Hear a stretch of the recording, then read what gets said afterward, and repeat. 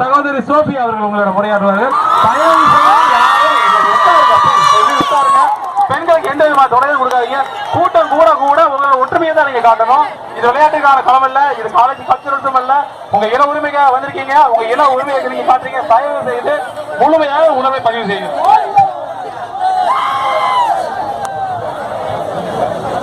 அகமது நகர்ல இருந்து ஒரு இஸ்லாமிய சகோதரர் ரஹீம் பாய் இதே இடத்துல நம்ம 500 பேருக்கு சாப்பாடு செஞ்சோம் சொல்லியிருக்கிறாரு. அவருக்கு நன்றிகளை நாங்கள் தெரிவித்துக் கொள்கின்றோம். இப்போது சகோதரி சோபி அவர்கள் உங்களை தொடர்ந்து உரையாற்றுவார்கள். பீட்டா யாரா நீ? பீட்டா என்ன குடிக்கணும், நான் என்ன சாப்பிடணும், நான் என்ன ட்ரெஸ் போடணும்னு நீ என்ன சொல்றது? எனக்கு தெரியும். என் வீட்டுக்குள்ள வந்து ஏன் மாட்டை இழுத்து போறது?